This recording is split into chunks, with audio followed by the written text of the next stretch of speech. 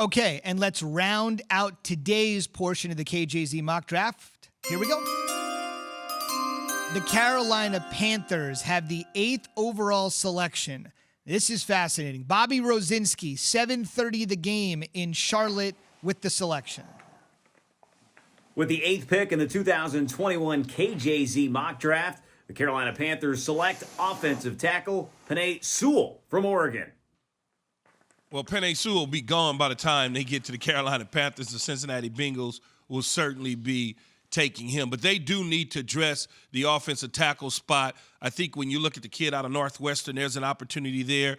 You know, and this is one of those picks where you're in the 8th spot. Maybe you trade back. Maybe you decide to pick up something because you continue to build your roster. You don't have to sit at 8. There will be teams, depending on where these quarterbacks fall, that will be looking to get up to the 8th spot, and it will give them some draft capital that they gave up to get Sam Darnold they can get back. Yep, the kid from Northwestern, Rashawn Slater. We'll wait to see where that name falls. Maybe it'll happen tomorrow. Bobby's back to explain why Sewell, who he doesn't think will be there and many others don't, would be the pick if somehow miraculously he is.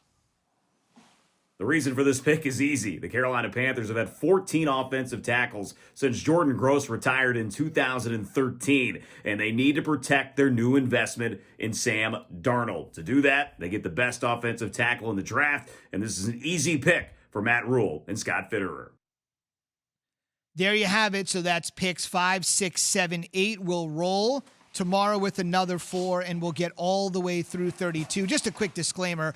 Obviously, each of our guests can only pick who's left. So when Sewell is on the board, they're going to take him at 8. If he's not taken at 5, Chase is taken somewhere else. So a lot of this is just based on, we call these people and say, hey, here's who's been selected ahead of you. So it's not necessarily who they would take at that position.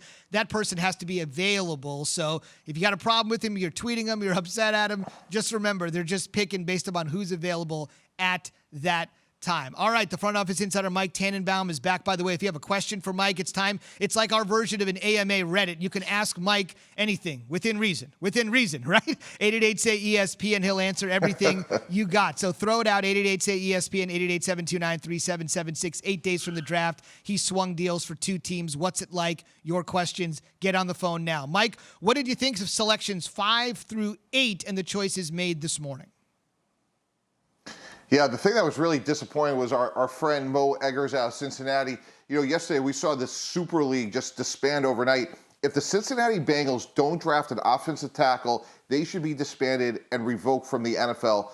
Keyshawn was 1,000% right. Last year, this is remarkable, guys. Joe Burrow threw the ball 450 times in 10 games.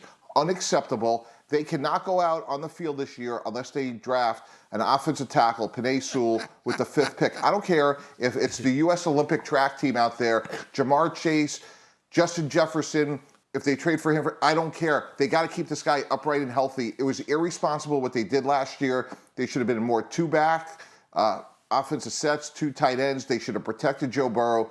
It was irresponsible, and it bothers me when people say, oh, just get him another weapon. Oh, how many games would he play this year? He played 10 last year. You want him playing 6 or 4? So when Mo Eggers said they can't make a mistake, yeah, Mo, you made a mistake because you picked the wrong guy.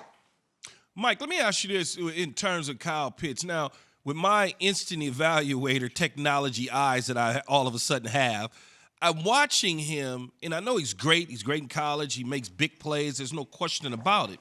But he's not twitchy, and it seems to me, watching film on him, he plays slower than his clock speed. Now, maybe I'm wrong. Maybe I'm seeing something. Maybe I need to get a new TV set. I don't know.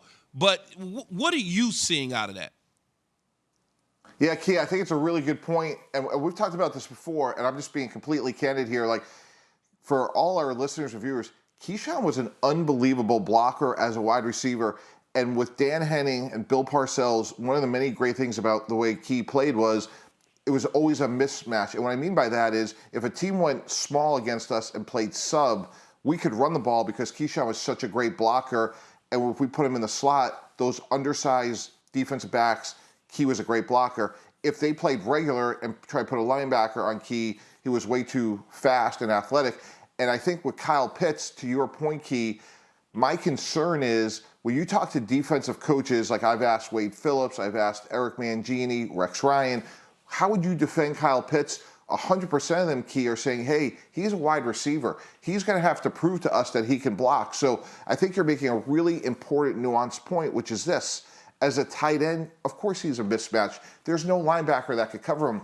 But I see a very similar concern, which is if you're going to defend him as a receiver, he's a good player, but I don't see that elite skill set.